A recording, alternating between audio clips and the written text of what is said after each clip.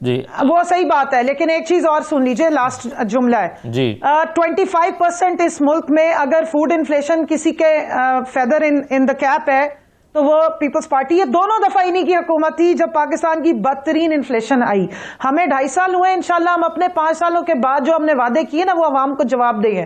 ان سے پوچھ لیں کہ 2.5 ارب کا سکینڈل آیا ہے. جی. وزیر خزانہ جو 12واں سال ہے وہ مراد علی شاہ صاحب کے پاس ہی قلمدان ہے. جی. اور انہی کا ہی جو علاقہ دادو کے 80 لوگوں کے اکاؤنٹس میں سے پیسے نکل رہے ہیں. ان کے یہاں تو کلفی والے، فالودے والے، میرا تو اپنا دل کر رہا ہے کہ میں وہاں جا کے ایک کلفی کی یا فالودے کی ریڑھی لگوا لوں، شاید میرے بھی اکاؤنٹ سے کچھ ایسے پیسے نکلنے شروع ہو جائے. اتنا برستا ہے دھن دادو میں. اگر آپ اجازت دیں تو یہ تو ماشاءاللہ میریکل، سندھ کی زمین میں میریکلز ہیں. ٹھیک ہے جی. اوریہ صاحب، سر یہ ایک امپریشن یہ مل رہا ہے کہ پیپلز پارٹی نے پی ایم ایل این اور مولانا فضل الرحمان صاحب کے ساتھ مل کر پش کیا، استعفوں کا ان کو جھانسا بھی دیا اور کہا کہ لانگ مارچ بھی کریں گے، سب کر کے جب اس نہج پہ لا کے پیچھے سے غائب ہو گئے اور کہہ رہے ہیں نہیں وہ مجھے غلطی ہو گئی تھی. قانونی راستہ تو یہ ہے کہ تحریک عدم اعتماد لائی جائے، باقی سب یہ نہیں. کیا یہ امپریشن جو ملا ہے یہ درست ہے؟ دیکھیں، تحریک عدم اعتماد جو ہے ایک ریگولر فیچر ہے کسی بھی پالیٹکس کا.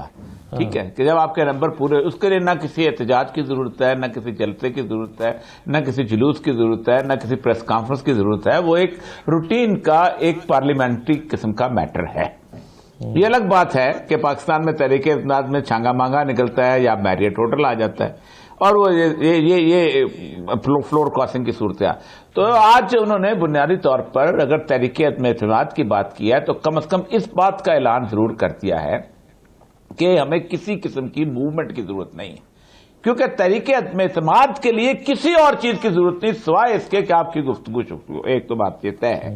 دوسری بات یہ ہے کہ جس دن یہ پی ڈی ایم بنا تھا اس دن پی ڈی ایم کے بارے میں بار بار میں نے کہا ہے کہ بڑی آسانی سے میں کہتا ہوں آپ تو جانتے ہیں کہ یہ اس ملک کے اندر انٹرفیئرنس ہوتی ہے اداروں کی، یہ ہوتی ہے، بھائی سب جانتے ہیں، آپ بھی جانتے ہیں. آپ کا مسئلہ سارا یہ ہے کہ آپ اس کا حل کیا تجویز کرتے ہیں، آپ کیا نیگوسیشن میز پہ لے کے آئیں گے، کیا کس آئین کے تحت ہوتی ہے، کس قانون کے تحت ہوتی ہے، کیا وہ کسی قانون کے تحت کرتے ہیں. اگر وہ قانون کے تحت نہیں کرتے تو کون سا قانون لایا جائے گا جس کے تحت وہ نہیں کریں گے. اور اگر کیا وہ اکیلے کرتے ہیں، کیا وہ پاکستان کے تمام سیاستدانوں کی کنائونس کے ساتھ اور ان کے سامنے جھک جانے اور اپنے تمام تر اپنی مسائل کی وجہ سے، اپنی کمزوریوں کی وجہ سے سرنڈر کرنے کی وجہ سے نہیں ہوتی.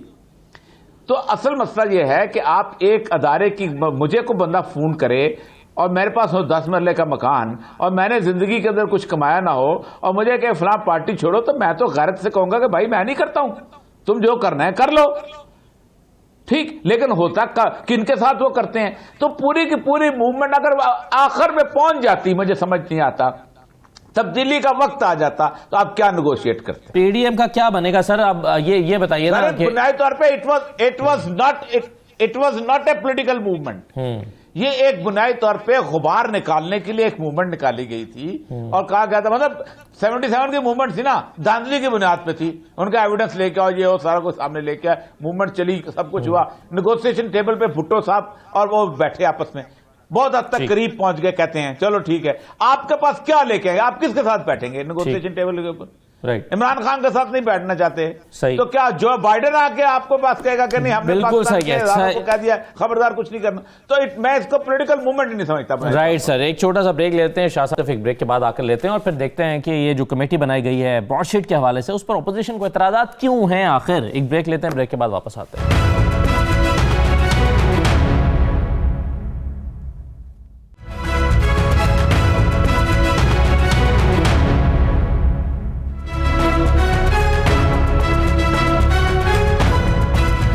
دوبارہ خوش آمدید. براڈ شیٹ کے معاملے پر آنے سے پہلے میں ارشاد عارف صاحب ایک سوال آپ کے سامنے رکھنا چاہتا ہوں جو پہلے گفتگو تھی اس سے متعلق. سوال یہ ہے کہ کیا مریم صاحبہ کو اور مولانا فضل الرحمان صاحب کو اب یہ تسلیم کر لینا چاہیے کہ بلاول ان کے ساتھ نہیں رہے، جو کرنا ہے انہوں نے خود ہی کرنا ہے؟ دیکھیں، یہ تو بات پہلے سے طے تھی. اگر مولانا فضل الرحمان کو سمجھ نہیں آئی یا مریم نواز صاحبہ کو سمجھ نہیں آئی تو پھر یہ ان کا قصور ہے، بلاول کا یا پیپلز پارٹی کا. اس میں کوئی، پیپلز پارٹی کا ڈے 1 سے یہ موقف ہے کہ وہ اس حکومت کو کسی غیر آئینی طریقے سے نہیں گرانا چاہتی. کیونکہ اس کے سٹیک ہیں, وہ سٹیک ہولڈر ہے اس وقت اس سسٹم کی. نہ مولانا سٹیک ہولڈر ہیں, نہ مسلم لیگ نون ایز سچ یا شریف خاندان اس کا سٹیک ہولڈر رہا ہے. پیپلز پارٹی یہ سمجھتی ہے کہ بھٹو کو پھانسی ہوئی, ہم نے اس کی ایک قیمت ادا کی, مزاحمت کی, سیاست کی, جو ہم نے لڑائی کی اس وقت, خود سوزیاں کیں یا اور جو معاملات کیے, اس کے نتیجے میں بھٹو کو پھانسی ہو گئی, کچھ بھی نہیں ہوا. اس کے بعد 85 کے الیکشن کا بائیکاٹ کیا. ان کا خیال یہ تھا پیپلز پارٹی کا کہ جب سیاسی جماعتیں بائیکاٹ کریں گی تو ضیاء الحق مجبور ہو گئے جماعتی الیکشن کرانے پر, یا الیکشن نہیں ہو سکیں گے اور ہم ایک وننگ پوزیشن میں ہوں گے. وہ نہیں ہوا, الیکشن ہو گئے. الیکشن کے نتیجے میں سیاسی جماعتوں کا انجر پنجر ہل گیا, ان کے امید اپنے جو الیکٹیبل بھاگ گئے اور ان کو دوبارہ سنبھلنے میں کافی وقت لگا. تو اس لیے پیپلز پارٹی یہ سمجھتی ہے کہ ہمیں سسٹم میں رہتے ہوئے جو تبدیلی ہو سکتی ہے وہ ضرور لانی چاہیے, اس کے لیے کوشش کرنی چاہیے. مگر یہ پیپلز پارٹی آج سمجھتی ہے کہ پہلے سے نہیں, پہلے دن سے جب یہ, تو وہ دھوکہ دے رہے تھے کیا مریم کو؟ نہیں, بالکل نہیں دھوکہ دے رہے تھے. دیکھیں, دھوکہ ایک دوسرے کو یہ سارے دے رہے تھے.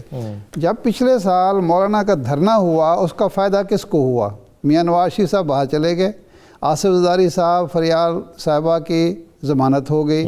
فائدہ دونوں پارٹیوں نے اٹھا لیا. مولانا کے ہاتھ کچھ نہیں ہے, وہ ہاتھ ملتے رہ گئے, یا جو نظر آنا ہوا ہوگا اس کے علاوہ نظر نیاز, اس کے علاوہ کچھ ان کے ہاتھ نہیں آیا. اب جب یہ سارا اکٹھ ہو رہا تھا تو مقاصد سب کے الگ الگ تھے. مولانا کا مقصد یہ تھا کہ عمران خان کو مزہ چکھایا جائے. پیپلز پارٹی کا مقصد یہ تھا کہ مولانا کی قوت کو اور مسلم لیگ نون کو استعمال کر کے مراعات حاصل کی جائیں موجودہ سسٹم سے یا اسٹیبلشمنٹ سے یا ریاست سے یا حکومت سے, جو بھی آپ کہہ لیں. اور مسلم لیگ نون کا جو شریف خاندان کا مقصد یہ تھا کہ اگر پیپلز پارٹی کا کندھا استعمال کر کے, مولانا کا کندھا استعمال کر کے ہم کچھ حاصل کر سکتے ہیں. منیمم جو تھا ریکوائرمنٹ تھی کہ ہمیں اگر مریم نواز صاحبہ کو ملک سے باہر جانے کی اجازت مل جاتی ہے تو یہ بھی ایک نقد منافع ہوگا.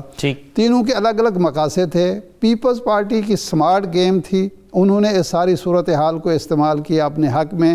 دیکھیں, نواز شریف صاحب کی جو تقریریں ہوئی ہیں, مریم کی جو تقریریں ہوئی ہیں, جو بھی صورتحال ہوئی ہے, اس کے نتیجے میں پیپلز پارٹی کو ڈائریکٹ اور انڈائریکٹ دونوں طرح سے فائدہ ہوا ہے. انڈائریکٹ فائدہ یہ ہوا ہے کہ نواز شریف صاحب نے اور مریم صاحبہ نے اپنا راستہ بند کیا ہے, مزید بند کیے, اپنے فاصلے سسٹم سے مزید بڑھا دیے. میں اسٹیبلشمنٹ کی بات نہیں کر رہا, سسٹم سے بڑھا دیے. اپنے ورکر کو, اپنے ووٹر کو تاثر دیا کہ ہم تو کسی صورت اقتدار میں نہیں آ سکتے, اقتدار میں تو ہم اس دن آئیں گے جب یہ سارے سسٹم کا تیا پانچا ہو جائے گا. اس کا فائدہ, انڈائریکٹ فائدہ یہ ہوا کہ پنجاب میں ان کے لیے ایک راستہ بن گیا.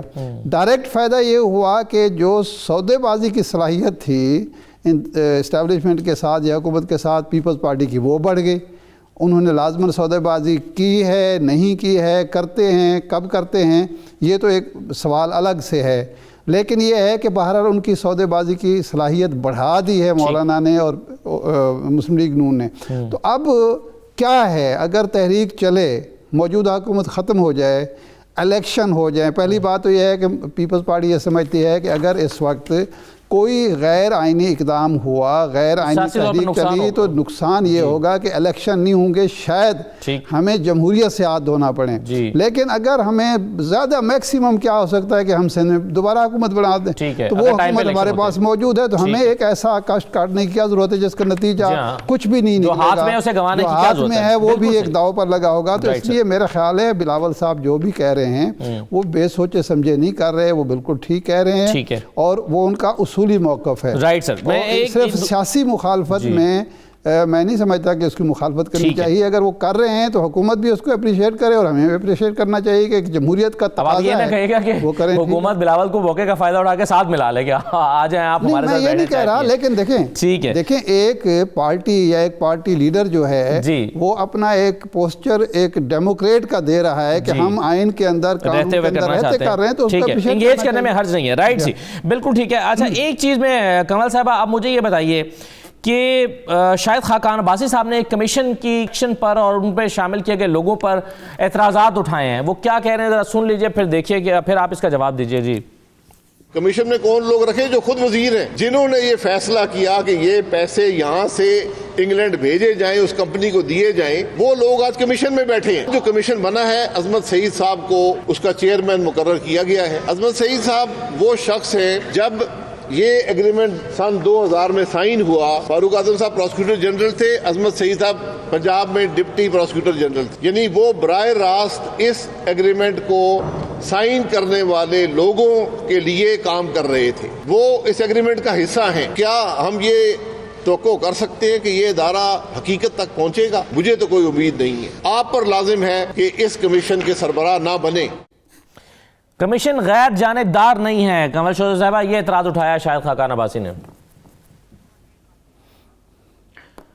اچھا، ایک ارشاد عارف صاحب نے بیان دیا، میں صرف مجھے اجازت دیں میں صرف اس پہ چھوٹا سا کامنٹ کر کے پھر اس کمیشن پہ آ جاتی ہوں۔ انہوں نے کہا کہ تحریک چلی یا تحریک، دیکھیں تحریکیں، اور عوریہ جان مقبول صاحب نے جو بات کی میں تھوڑا اس کو زیادہ ویٹیج دوں گی اور اس کو انڈورس کروں گی۔ تحریکیں کسی مقصد پہ چلا کرتی ہیں، کوئی کامن گول ہوتا ہے، اس میں عوام کا کوئی ذکر ہوتا ہے، تب لوگ اس تحریک کو تحریک سمجھتے ہیں اور اس کے لیے باہر نکلتے ہیں۔ کبھی پوری دنیا میں مجھے ایک مثال بتا دیں کہ کوئی کرپشن کی سپورٹ میں آج تک عوام نکلی ہو کہ کرپشن بچاؤ مہم ایک چلانے کے لیے چند چور اکٹھے ہو جائیں گے، جی ہمارے سے احتساب نہ کرو، ہمارا جو احتساب ہوا ہے وہ بھی غلط ہے، ہمارا جو یہاں سے شخص جو ہے وہ ایک پیسے لوٹ کے اور آپ کی عدالتوں سے اس وقت اشتہاری مجرم ہے، وہ باہر بیٹھ کے تبرہ پڑے گا، آ کے جلسوں میں وہ سنو، آپ کی فوج اور اسٹیبلشمنٹ کے خلاف وہ بیان دے، ای یو ڈس انفو لیب نے جو چیزیں جو نیٹ ورک ہائی لائٹ کی ہیں اسی قسم کا پروپیگنڈا پی ڈی ایم کے فورم سے ہو رہا ہو۔ آپ کو میں اتنا یقین سے بتا سکتی ہوں کہ ہو سکتا ہے کہ پہلے یا دوسرے جلسے میں شاید کوئی لوگ آئے ہوں، لیکن ان کی وہاں کی تقریریں سننے کے بعد عوام نے ان کو مکمل ریجیکٹ کیا ہے، اس لیے کہ یہ پہلی تحریک کا نام دے رہے ہیں اس سارے جو ہنگامے کو، جس میں لوگ کرپشن کو کہہ رہے ہیں کہ آ کے بچاؤ۔ لوگ کرپشن کے خلاف ضرور نکلے ہیں، پوری دنیا میں نکلتے رہے ہیں، ہمارے ساتھ بھی نکلے ہیں، بچانے کے لیے نہیں نکلتے، اس لیے یہ تحریک چلنے سے پہلے ہی ختم ہو چکی تھی۔ اب میں دوسری طرف آ جائیں، شاہد خاقان عباسی صاحب کا بہت بہت شکریہ، انہوں نے آج ویلیڈیٹ کر دیا، سٹیمپ لگا دیے کہ بہترین کمیشن بنا ہے اور انتہائی نیوٹرل اور بیسٹ قسم کا بندہ جو ہے وہ اوپر بیٹھے ہیں۔ جس دن آپ کو اس پوری پی ڈی ایم کے لوگوں سے چیخیں کی سنائی دینا آوازیں، اور خاص طور پہ جاوید لطیف صاحب کی طرف سے یا ان لوگوں کی طرف سے، آپ سمجھ جائیں کہ بالکل صحیح کام ہو رہا ہے۔ میاں جاوید لطیف صاحب کی میں کمیٹی کے، وہ ہمارے چیئرمین ہیں انفارمیشن اینڈ براڈ کاسٹنگ، کل اس کی ایک اجلاس تھا ہمارا قائمہ کمیٹی کا، میں اس کی ممبر ہوں، اور ہم نے وہاں پر انہوں نے کہا جی میں نے نیب کے چیئرمین کو اس کمیٹی میں بلانا ہے اور یہاں ان سے سوال کرنا ہے کہ آ کے ہمیں جواب دو براڈ شیٹ کے بارے میں، اور بہت ان کو اچانک سے ان کی وہ احتساب کی اور پاکستان کے ٹیکس پیئر کے پیسے کے ضائع ہونے کی حس جاگ اٹھی۔ ہم نے جو حکومتی وہاں پر لوگ موجود ہیں سمیت میرے فاروق حبیب صاحب، ہم نے اس پہ اختلاف کیا کیونکہ ہمیں پتا ہے کہ جاوید لطیف صاحب جو ہیں وہ خود بھی اس وقت انڈر انکوائری ہے، انڈر ریڈار ہے، ان کے اپنے اوپر کرپشن کے چارجز ہیں اور وہ نون فیکٹ ہے۔ آپ ایک کس طرح بلا کے اس طرح کے اداروں کے لوگوں کو آپ پریشرائز کریں گے تو یہ ویسے بھی ایک ادارے کو مطلب اس کی کام میں رکاوٹ ہم سمجھتے ہیں۔ دوسری بات یہ، شاید خاقان عباسی صاحب جو اس ملک میں 31 مئی 2018 کو آخری ہمارے سے پہلے وزیر اعظم جانے والے ہیں، وہ یہی محترم تھے، اور آپ سمجھتے ہیں کہ انہی کی ڈیٹس کو اگر ہم ذہن میں رکھ لیں، جس مشرف سے انہیں بہت تکلیف ہے، اس نے یہ ایگریمنٹ سن 2000 میں کیا تھا، 31 مئی 2018 تک یہ ستو پی کے سوئے ہوئے تھے سارے۔ اس وقت یہ کس کی کرپشنیں بچا رہے تھے؟ انہی کی ایک جہاز میں بٹھا کے انہوں نے اسحاق ڈار صاحب کو یہاں سے دوڑایا جو اشتہاری مجرم ہیں اور جس کو آج پھر کورٹس بلا رہی ہیں، جس کے اثاثے ایسٹس بیونڈ مین ہیں۔ اسی کے ساتھ ہی جو ان کے مالک ہیں، آقا ہیں جو محترم نواز شریف صاحب، وہ آپ کے ملک سے کیوں اشتہاری ہیں؟ پناما لیکس کس کے بارے میں آئی ہوئی ہے، کس کس کے نام تھے، انہی کی زبانی ہے۔ ایک چیز اور سن لیجئے، 96 میں زرداری صاحب اسمبلی میں کھڑے ہو کے کہتے ہیں کہ سرے محل یہ انہی لوگوں نے اٹھایا تھا، اسی نون لیگ نے اٹھایا تھا، اور یہ احتساب اور کرپشن کا سب سے زیادہ شور مچاتے تھے اگینسٹ پیپلز پارٹی۔ تو انہوں نے کہا آن دی فلور آف دا ہاؤس، انہوں نے کہا کہ ہمارا اس سرے محل سے کوئی تعلق نہیں ہے۔ تاریخ اس بات کی گواہ، اور یہ میرے دونوں سینئر کلیگز جو بیٹھے ہیں یہ بتائیں گے، جس وقت سرے محل بکتا ہے اور حکومت پاکستان کے اکاؤنٹ میں پیسے آنے تھے، وہ اکاؤنٹ میں پیسے نہیں آئے کیونکہ این آر او ہو گیا تھا، وہ سیدھے زرداری صاحب کے پاس چلے گئے۔ 2001 میں این آر او ہو گیا، شریف خاندان چلا گیا، جو $100 ملین لندن کی ایک کورٹ، اور وہاں پہ کورٹس کو آپ جو ہے وہ ایک کریڈیبلٹی ان کی، اگر وہ آپ پہ اس مقدمے کو ایکسپٹ کر کے اس کے کوئی فیکٹس اینڈ فائنڈنگز کو انڈورس کرتے ہوئے اس 20% کا حکم دیتی ہے کہ دو براڈ شیٹ کو، تو اس کا مطلب یہ کہ جو $100 ملین کا انہوں نے ایک چارج شیٹ بنائی ہوئی ہے ان دونوں خاندانوں کے سمیت 4-5 اور کے اوپر، اس کو انہوں نے صحیح مانا ہے، ویلیڈیٹ کیا ہے کہ انہوں نے یہاں سے یہ پیسہ چوری کیا ہوا ہے۔ ایک تو آپ $100 ملین کی فگر آپ دے رہی ہیں نا، ایک فگر 1000 کروڑ کی شاید خاقان عباسی صاحب نے بھی دی۔ اگر آپ اجازت دیں تو میں ایک اور چیز سنوانا چاہتا ہوں۔ شاید قاسی صاحب نے کہا، ایک منٹ جی کہہ لیں، چلیں کہہ لیں۔ $850 ملین۔ دیکھیں یہ پچھلے جو ان کا ٹینیور تھا نا، یہ اس کی باتیں، یہ ابھی جو لاسٹ ڈیکیڈ آف ڈارکنیس ہے اس کی بات نہیں ہو رہی ہے ابھی، تو اس میں تو اب اس میں $1 ملین نہیں ہوتے، اس میں $1 ٹریلین ٹھیک ہے۔ چلے وہ مگر کہہ رہے ہیں کہ براڈ شیٹ کو حکومت نے روٹی کو جو محتاج ہے وہ انہی کی مہربانی ہے۔ ٹھیک ہے، 1000 کروڑ وہ کہتے ہیں کہ براڈ شیٹ کو دیے جا چکے ہیں حکومت کی طرف سے۔ سنیے شاید خاقان عباسی صاحب نے کیا کہا ہے۔ براڈ شیٹ کا معاملہ ہے، یہ وہ کمپنی ہے جس کا کوئی وجود نہیں تھا، چند دن پہلے بننے والی کمپنی سے یہ ایگریمنٹ سائن کیا گیا، مکمل طور پہ یک طرفہ ایگریمنٹ ہے۔ جو ہماری خبر ہے 1000 کروڑ روپیہ حکومت پاکستان ادا کر چکی ہے، 1/3 سے زیادہ رقم جو ہے وہ اس حکومت نے ادا کی۔ یہاں سے پیسے انگلینڈ بھیجے، وہاں پر ایمبیسی کے اکاؤنٹ میں بھیجے، پھر ان کو اجازت دی کہ وہ پیسہ وہاں سے نکالا جا سکے۔ ECC کا فیصلہ ہے اور کابینہ کا فیصلہ ہے۔ اچھا بہرحال ایک تو یہ شاید خاقان عباسی صاحب کی اور یہ سب خبر ہے، اس کو یا تو حکومت کنفرم کر سکتی ہے یا نیب کنفرم کر سکتی ہے۔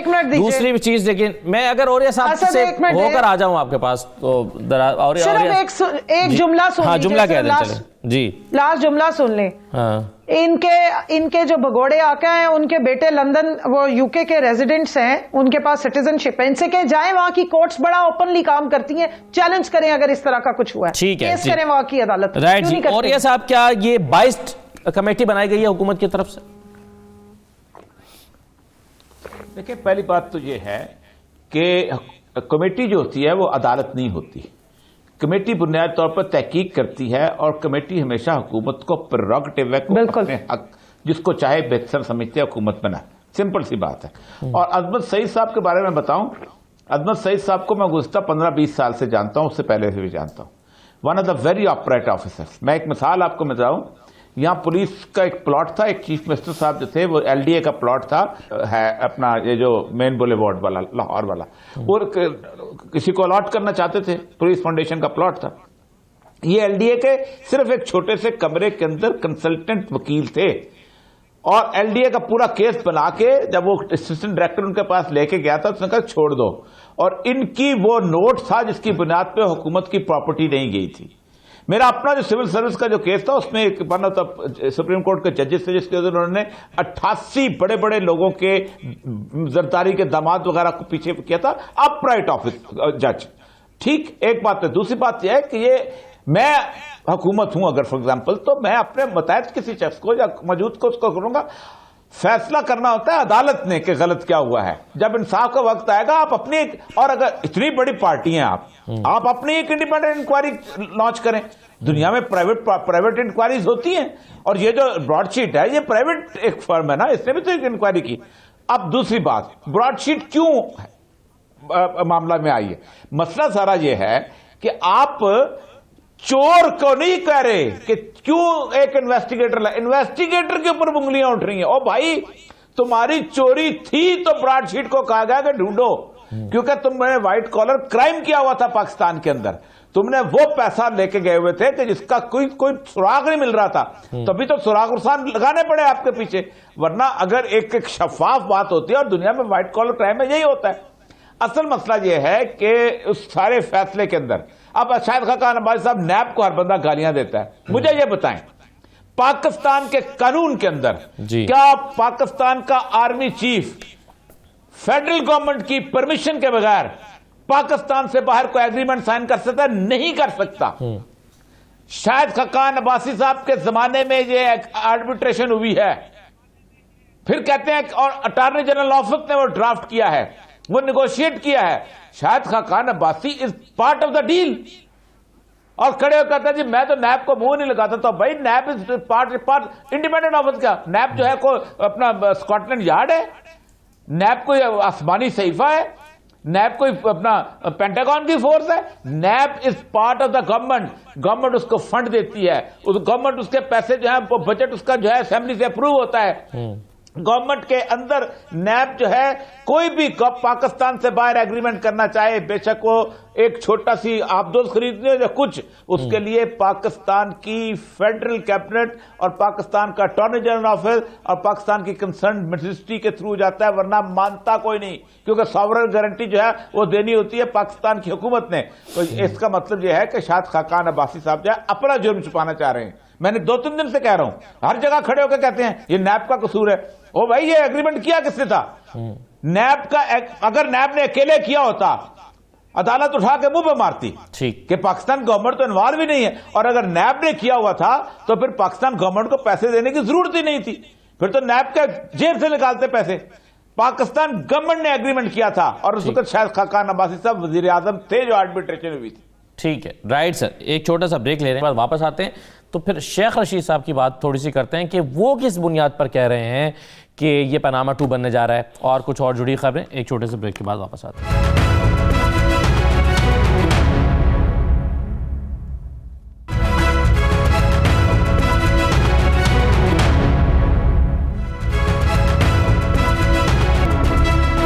دوبارہ آپ کو خوش آمدید کہتے ہیں. مولانا عطاء الرحمان صاحب ہمارے ساتھ موجود ہیں. بہت شکریہ مولانا صاحب پروگرام میں شرکت کرنے کے لیے. مجھے یہ بتائیے گا سر کہ بلاول صاحب تو کہہ رہے ہیں کہ حکومت کو گھر بھیجنے کا صرف ایک ہی آئینی راستہ ہے اور وہ ہے تحریک عدم اعتماد، اس کے علاوہ ہم کسی آپشن پر نہیں جائیں گے.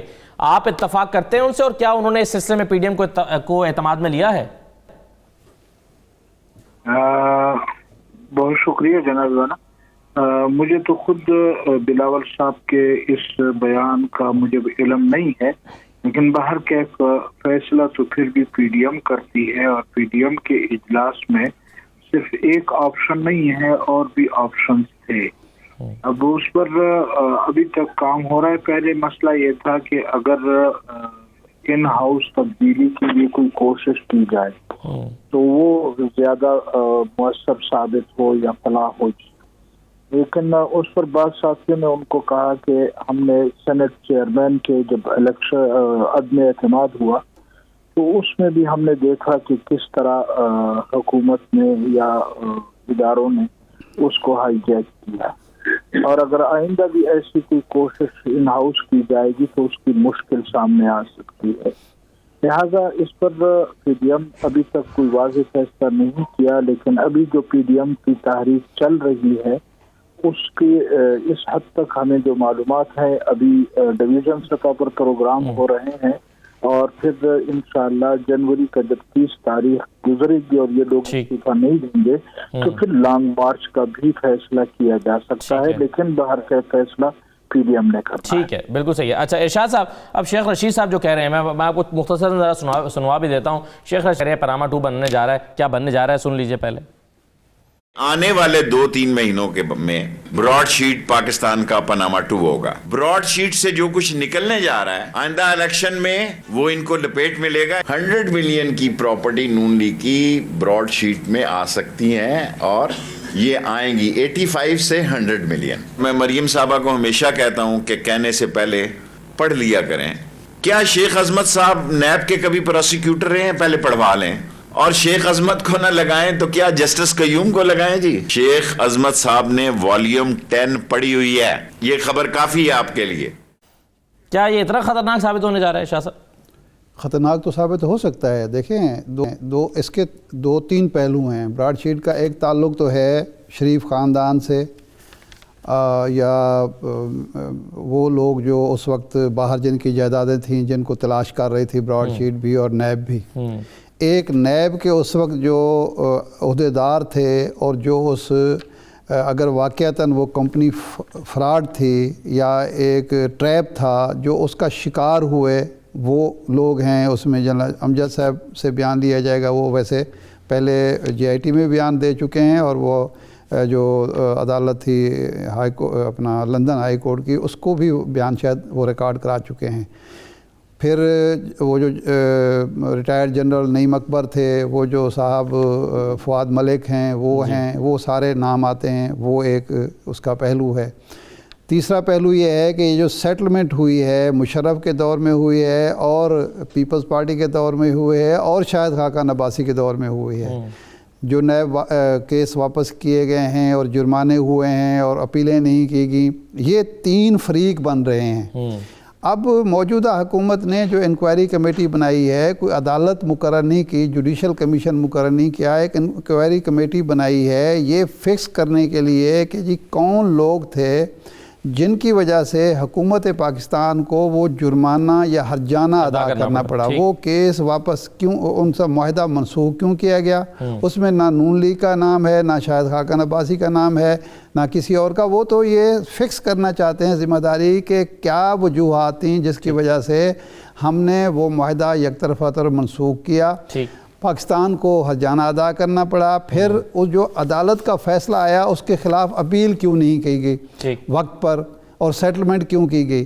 تو اب اگر اس میں کوئی پھنس رہا ہے تو اس میں شیخ عظمت سعید ہوں یا کوئی اور ہوگا، کیا آپ کا خیال ہے جو ایک جج ایسا مقرر کر دیا جائے یا ایک ایسا ہیڈ مقرر کر دیا جائے بالکل غیر جانبدار ہو، تو کیا وہ یہ سارے فیکٹس جو ہیں ان کو پسے پوش ڈال کے ان کے حق میں فیصلہ کر دے گا کہ جو شاہد خاقان عباسی کے دور میں ہوا وہ بھی ٹھیک ہوا، جو پیپلز پارٹی کے دور میں ہوا وہ ٹھیک ہوا، جو مشرف کے دور میں ہوا؟ بھائی یہ فیکٹس فائنڈنگ کمیٹی ہے، یہ جو پیش کرے گی، اس کے بعد عدالت میں اگر وہ کیس جاتا ہے، حکومت بھیجتی ہے، آپ جا کے وہاں کیس لڑ رہے ہیں، تو یہ خام خواہی شور مچانے کا مطلب ہے کہ چور کی داڑھی میں کہیں نہ کہیں تنکا موجود ہے۔ کل تک تو آپ کہہ رہے تھے کہ عمران خان مجرم ہے، اب آپ کمیٹی فائنڈنگز تو پہلے آنے دے سامنے، بالکل صحیح ہے۔ ایک چیز اور ہوئی ہے قمر صاحب، وہ یہ ہوئی ہے کہ الیکشن کمیشن نے یہ کہہ دیا کہ جناب آپ جو خواہش کا اظہار کر رہے ہیں کہ یہ ایک اوپن کورٹ میں یا سب کے سامنے ہونا چاہیے فورن فنڈنگ کا والا معاملہ، وہ ٹیکنیکلی ممکن نہیں ہے، وہ ہو نہیں سکتا قانونی طور پر راست۔ اب کیا اب آپ کی مزید کوئی اس سلسلے میں کوئی تجویز ہے الیکشن کمیشن کو جو قانونی طور پر صحیح ہو؟ دیکھیں اس کے ساتھ ایک اور بھی کام ہوا تھا، وہ میں نے دونوں ان کے لیٹرز پڑھے جو الیکشن کمیشن نے اس پہ اپنی ٹیکنیکلٹیز کا ذکر کیا ہے کہ وہ پھر فری کین جو ہے وہ ان پہ پریشرائز کرتے ہیں اور اس کارروائی کو وہ ڈسپیوٹڈ بناتے ہیں، اور یہ کسی بھی دنیا کا وہ ایک اصول ہے کہ جو کمپلیننٹ ہوتا ہے اس کو سیٹسفائی نہیں کیا جاتا، جو لا کے مطابق چیزیں بن رہی ہوتی ہیں اس کو سیٹسفائی کیا جاتا ہے۔ بٹ دوسری بات یہ ہے کہ ساتھ میں انہوں نے 19 ان جماعتوں کے لیے بھی اسکروٹنی کا کام سٹارٹ کر دیا ہے، اسی قسم کی فنڈنگ، پروہیبٹڈ فنڈنگ اور فورن فنڈنگ کا، کہ ان کے ریسورسز اور ان کی بھی اسی طرح سے ساری اسکروٹنی ہونی چاہیے، اور یہ الیکشن کمیشن نے سمن جاری کر دیے۔ تو میرے خیال میں ایک یہ اچھا ٹرینڈ اب سیٹ ہونے جا رہا ہے۔ اب جو بھی پولیٹیکل پارٹیز ہیں وہ اپنی پارٹیز کو منی لانڈرنگ کی مشینیں نہیں بنا سکیں گی، خاص طور پہ جس طرح Pakistan money laundering network ہے، اور دوسری ہماری جو ان کی مارک سیگل کی ساتھ مل کے $60 ملین جو پاکستان کے کاؤنسل یا جو ہمارا جو وہاں کا تھا، یہ اوریہ جان مقبول صاحب کو پتا ہوگا کہ کس طریقے سے مارک سیگل کو $60 ملین پاکستان ٹیکس پیئر کے پیسے پیپلز پارٹی نے ادا کروائے تھے، اور یہ بتاتی چلوں کہ وہ کتنا بڑا اسرائیلی ایجنٹ ہے امریکہ میں بیٹھا ہوا۔ تو اب اس قسم کے جو یہ بیانات داغتے ہیں نا باہر آ کے اور زور زور سے شور مچاتے ہیں، تو میں ابھی ارشاد عارف صاحب بتا رہے تھے کہ چور کی داڑھی میں تنکا نہیں ہے، تنکا تو بہت بیچاری معصوم سی چیز ہوتی ہے، تو بڑے بڑے سوئی گیس کے پائپ ہیں، چھوٹی چھوٹی داڑیوں میں بڑے بڑے پائپ ہیں، پوری یہ تو اب آنے والے دنوں میں ثابت ہوگا، لیکن مختصراً آدھا منٹ ہے میرے پاس۔ اوریہ صاحب مجھے سر یہ مختصراً بتا دیجئے کہ کیا یہ سیاسی طوفان تھمے گا آنے والے دنوں میں یا بڑھے گا؟ نہیں، میرا خیال ہے کہ بڑھے گا اور چیزیں بہت زیادہ یہ احتسابی طوفان ہو جائے گی۔ دیکھیں براڈ شیٹ میں جو براڈ شیٹ کا جو ڈیسیژن ہے وہ انگلینڈ کی کورٹ نے دیا ہے، اور جس طرح کی وہ باتیں کر رہے تھے کہ یہ تو فرم ایگزسٹ نہیں کرتی، فرمیں انگلینڈ کی کورٹ جو ہے کیسے ہو سکتا ہے کہ ایک جعلی فرم کو اتنا بڑا جو ہے وہ دے دیں۔ اور دوسری بات یہ ہے کہ اس کے اندر سے سب سے اہم ترین بات یہ ہے کہ براڈ شیٹ نے باقاعدہ چوروں کا پیسہ ثابت کیا تھا، جس کے اوپر پاکستان گورنمنٹ نے پرسنٹ کیا۔ چلیں، اور یہ سب وقت ختم ہو گیا، بہت شکریہ تمام مہمانوں کا، بہت شکریہ پروگرام میں شرکت کرنے کے لیے، اجازت دیجیے، اللہ حافظ۔